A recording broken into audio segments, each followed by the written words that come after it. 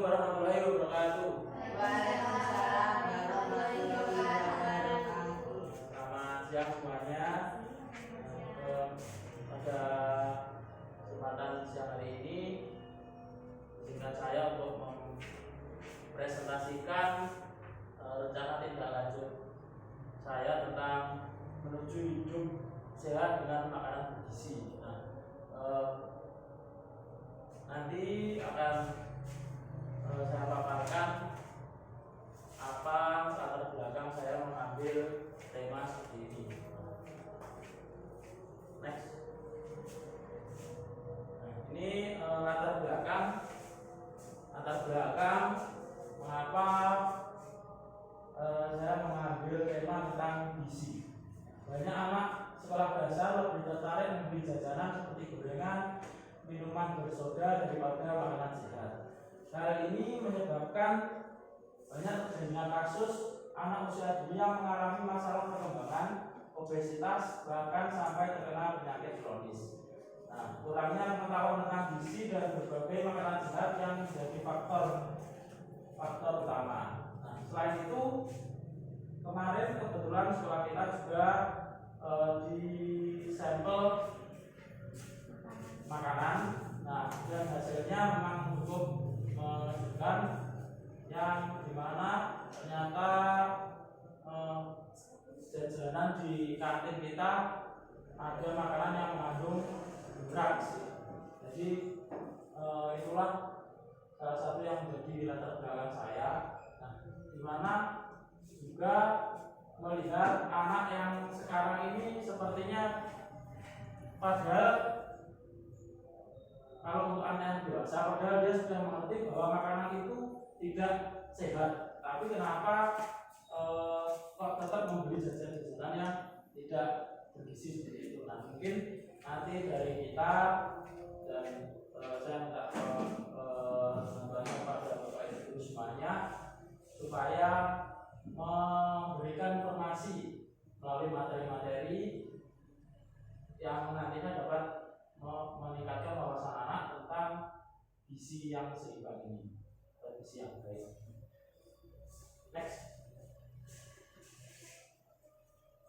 Tujuan dari program ini adalah untuk meningkatkan kesadaran peserta didik akan pentingnya menjaga kesehatan jasmani melalui makanan sehat dan minuman.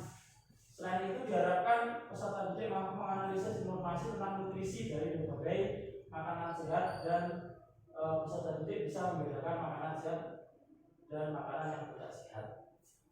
Next. Ini capaian yang diharapkan dari program ini adalah peserta didik mampu mempertahankan pola makanan sehat dalam jangka panjang. Seperti yang saya jelaskan tadi, bahwa anak-anak itu sebenarnya sudah tahu bahwa misalnya gorengan terus minum-minuman manis itu tidak baik, tapi kenapa kok tetap mereka membeli? Itu yang diharapkan nanti kita dapat memberikan informasi sehingga dapat memberikan wawasan jangka panjang pada peserta didik. Ini untuk langkah-langkahnya program yang akan kita laksanakan. Yang pertama, memberikan materi hubungan antara makanan sehat dengan kebugaran jasmani. Yang kedua, memberi materi gizi dan contoh menu makanan sehat sehari-hari. Yang ketiga, mengadakan kegiatan menu sehat bersama. Mungkin untuk yang ketiga ini sudah pernah kita laksanakan, tapi masih belum maksimal sehingga perlu kita tingkatkan lagi. Yang selanjutnya, hasil yang diharapkan dari programnya adalah perubahan pola makan sehat menjadi bagian dari gaya hidup peserta didik dalam kehidupan sehari-hari.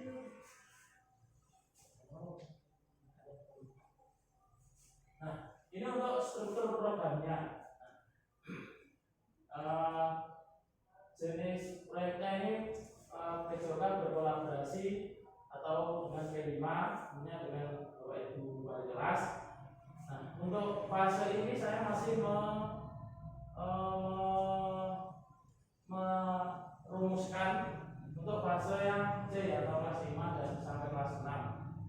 Tentunya nanti kita bisa diskusikan Dimana untuk yang fase yang A sama B. Untuk temanya gaya hidup berkelanjutan, topiknya menuju hidup sehat dengan makanan bergizi.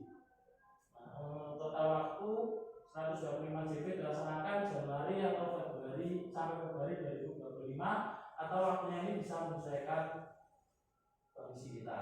Nah, dimensi selanjutnya dimensi profil pelajar Pancasila. Ada 3 dimensi yang yaitu bergotong royong, bernalar kritis dan kreatif. Untuk elemen dan subelemen bergotong royong yaitu berkolaborasi dan bekerjasama. Untuk bernalar kritis yaitu memperoleh dan memproses informasi serta gagasan, mengidentifikasi, mengklarifikasi dan mengolah informasi gagasan. Yang kreatif yaitu menghasilkan karya dan tindakan sosial. Nah, ini untuk produk yang diharapkan. Buku resep makanan sehat ditampilkan di pentasenya atau puncak B5. Atau bisa juga produk ini tidak harus mungkin harus berupa buku, tapi perubahan perilaku terhadap peserta didik itu juga merupakan sebuah produk. Next. Nah, ini aset yang dimiliki sekolah. Aset di sini adalah maksudnya potensi yang dimiliki oleh sekolah. Yang pertama yaitu manusia peserta didik yang selalu belajar bergerak dan juga belajar. Yang kedua yaitu guru yang dapat memberikan hubungan antara mengajar dan kebutuhan jasmani. Yang selanjutnya yaitu guru kelas yang memiliki kekuasaan materi bahasa dalam menyusun teks prosedur untuk resep makanan dan materi pas tentang kandungan gizi dalam berbagai jenis makanan.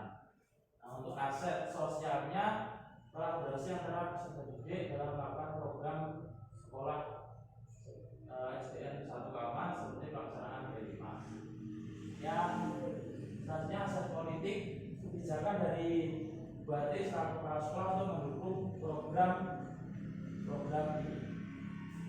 Yang selanjutnya yaitu aset fisik, di mana SDN Kauman 1 memiliki fasilitas seperti Chromebook yang dimanfaatkan oleh peserta untuk keberhasilan program. Ini aset lain ya juga seperti buku, itu juga termasuk dalam aset fisik. Selanjutnya yaitu lingkungan atau alam. Nah, ini lokasi SDN 1 Kauman yang bersebelahan dengan Pasar Legi Kota Blitar. Ini mungkin yang juga menjadi permasalahan kita, yaitu tentang faktor lingkungan yang dimana memang kebanyakan peserta didik kita itu berasal dari pasar, tapi itu tidak menjadikan kita sebuah hambatan, tapi justru menjadikan kita sebuah motivasi dan tantangan supaya untuk meningkatkan kemampuan anak, salah satunya dengan materi gizi yang sehat. Nah, untuk finansial untuk tahun 2025 kita hanya dapat dana kurs reguler. Kalau tahun 2023 kemarin kita dapat bos kinerja dari sekolah terbaik yang kita dapatkan dari ASBK. Tapi untuk tahun 2025 kita hanya dapat dana kurs reguler. Next. Nah, ini untuk rencana evaluasi. Evaluasi akan dilakukan melalui asesmen sumatif dan formatif dan sumatif terhadap peserta didik. Metode pengumpulan data yang digunakan adalah survei dengan memberikan kuesioner beserta berisi pertanyaan pada peserta didik. Ini yang terakhir yaitu kemungkinan tantangan yang akan kita hadapi apabila kita melaksanakan program ini. Yang pertama, tidak semua anak memiliki akses ke berbagai macam makanan bergizi di rumah. Yang kedua, kurangnya pengetahuan dan pengalaman peserta didik dalam mengenali makanan sehat. Yang ketiga, kekhawatiran anak akan bahaya peserta didik memasak makanan sehat.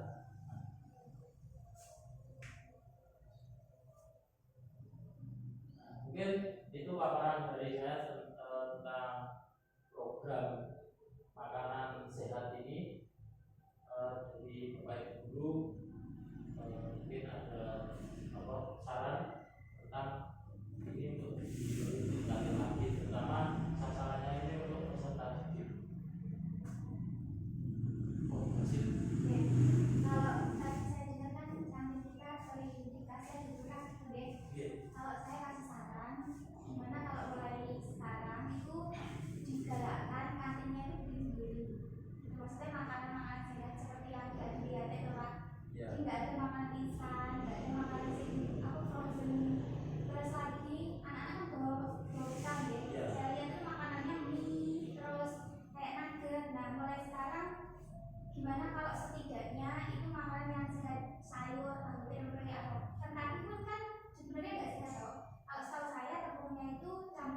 masih B kalau tidak salah. Jadi gimana kalau kita buat bolehlah bawa bekal, tapi bawa bekal itu yang sehat, jangan mie kan nggak ada di sini sebenarnya. Terus kalau bisa mungkin kalau mahal beli ayam atau apa tahu tempe itu nggak apa-apa. Terus kita itu buat serempak makan bersama tuh hari apa gitu. Ya, terima kasih Bu Hasil, sangat bagus sekali tentang masukannya. Mana nanti kita jadi lebih mengawasi dari kantin berarti ya, mengawasi makanan yang dijual di kantin itu, karena kan seperti Mbak Yu itu kemungkinan kan ada yang titip-titip itu. Nanti ya kita kasih saran Mbak Yu untuk masukan itu supaya tidak menjual makanan seperti ini. Nah, mungkin kalau makanannya itu sebenarnya bisa makanan sehat tapi berubah menjadi nggak sehat itu kan juga bisa. Misalnya dari goreng-gorengan itulah, goreng-gorengan itu kalau minyaknya sebenarnya itu tahu atau tempe itu kan sebenarnya kalau cuma minyaknya itu dipakai sekali itu kan sebenarnya juga sehat nggak apa-apa. Tapi karena mungkin ya jelatah dan sisa-sisa minyak yang sudah lama itu jadi makanan yang nggak sehat. Itu yang mungkin yang bisa ditanam kita kita semua bekerjasama untuk menerapkan kita. Ini juga mungkin bisa diterapkan dalam program P5 kita. Ini yang saya tadi kan rencananya masih kelas 5 sampai 6. Nah, untuk yang kelas 1 sampai 4 ini kira-kira apa ya yang bisa kita terapkan selanjutnya? Kalau untuk kelas 1 sih seperti yang awal ya Pak Cahya, programnya dengan yang awal dulu itu loh Pak. Setiap hari Sabtu, setiap hari waktunya PJOK wajib membawa makanan bekal sehat. Iya, itu kan gini Pak, banyak sekali anak-anak walaupun bawa bekal sehat itu isinya ya seperti yang dibilang Bu Hasil tadi.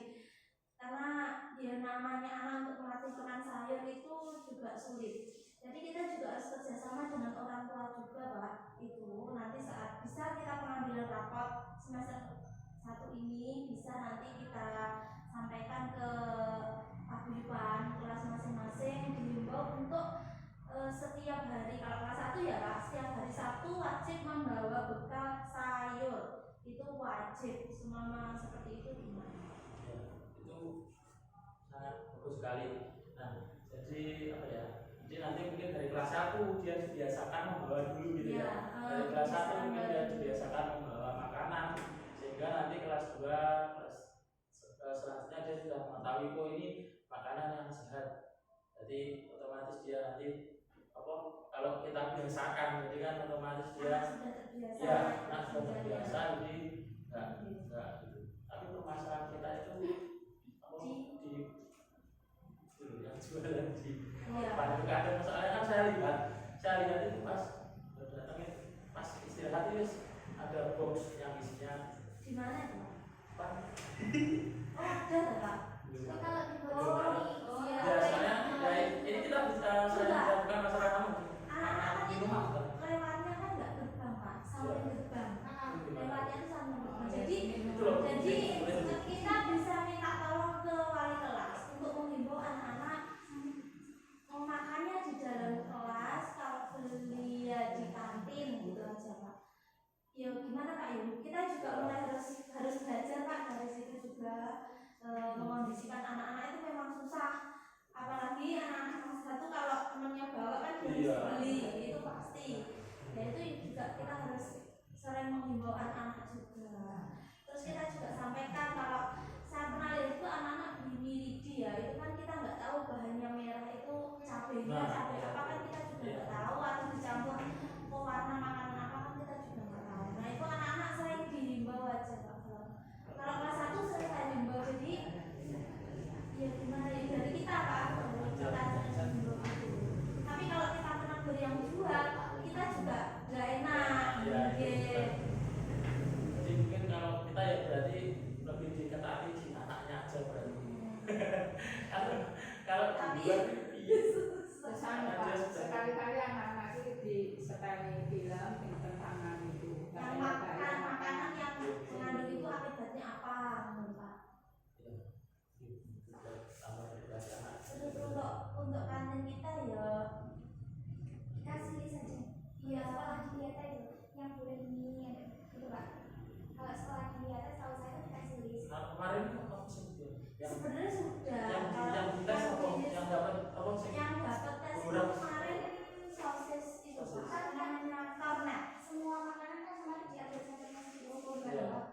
Kemudian yang kebetulan ini saya penuh jajanan ini saya penuh jadi yo kayak sosis Kok kecil banget tujuan ya?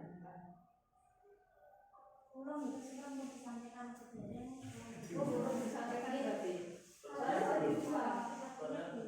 sosis sih memang kan dari KPI kan nggak tahu bahannya apa. Iya. Kan itu dari lab puskesmas kan masih yang apa? Maksudnya untuk ruangannya lab atau apa alat yang digunakan masih kecil, bukan lingkup yang besar. Jadi sementara yang ditemukan itu, jadi nggak tahu kandungan yang lain yang berbahaya itu apa nggak tahu. Bahkan kalau ada yang muncul kok itu sebenarnya ibu kan apa ya katanya ibunya kemarin itu dendok-dendok gitu loh Pak, bahasa Jawanya apa ya, dendok-dendok, jadi kayak di tes itu lingkaran terus ada dendok-dendok gitu loh. Terus ada juga dari garam, kalau kita biasanya nyebut kuyak bleng, nah itu juga kemarin ada orang juga motor. Berarti cepatnya aja ya ini. Terus cepatnya soalnya Terus lagi Pak untuk mengurangi sampah juga ya Pak ya, itu mohon maaf tadi saya lihat beberapa jajanan kok ada yang makanan kasih kan kemarin sudah tidak ada, sekarang kok ada lagi ngoten loh Pak. Jadi gimana caranya kita untuk mengurangi sampah itu biar nggak tambah banyak.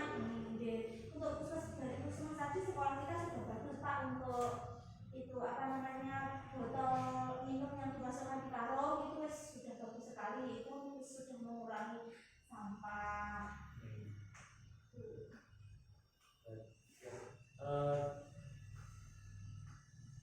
Terima kasih kepada semuanya, tentang diskusi kita tentang program makanan sehat ini, sehingga kita nanti dapat mengaplikasikan secara bersama-sama, karena ya, kita harus sungguh-sungguh beneran dalam menangani ini, karena ya menurut anak-anak itu sebenarnya sudah tahu setiap hari kan kita sering ini nggak sehat boleh ini nggak sehat, tapi kan tetap Adanya ya cuma itu. sebenarnya kalau kantin itu iya, sebenarnya kan kalau kantin itu menjual makanan sehat, misal buah-buahan, itu kan juga pasti laku ya. Pasti laku soalnya kan cuma itu. Jadi Terus kalau makanan kan anak-anak kan kalau setiap hari soto kan palet. iya. Jadi tetap palet. Maksudnya ini ada beberapa contohnya nih, sekali-kali kita bakso, tapi untuk baksonya kan kita bisa berdiri. Maksudnya dari penjualannya kan buat sendiri gitu loh Pak. Bakso terus tahu putih sama apa namanya itu goreng yang pangsit yang digoreng itu kan itu lebih, kalau kuahnya kan juga buat sendiri kan itu lebih maksudnya kita tahu apa bahan yang kita campur tadi. Ya itu kita harus yang pertama ya mengingatkan penjual kantinnya, yang kedua ya mengingatkan anak-anak. Iya, betul. Jadi kita punya dua PR. Pertama kita anak-anaknya ini kita lebih kasih tahu tentang makanan dan minuman yang nggak sehat. Kedua kita banjur kantin supaya menjual makanan-makanan yang sehat itu. Iya. Baik, buat ibu semuanya, untuk kegiatan pakai hari ini saya kira cukup, dan mungkin nanti dapat kita tidak lanjuti bersama. Sekian dari saya. Wassalamualaikum warahmatullahi wabarakatuh. Waalaikumsalam warahmatullahi wabarakatuh.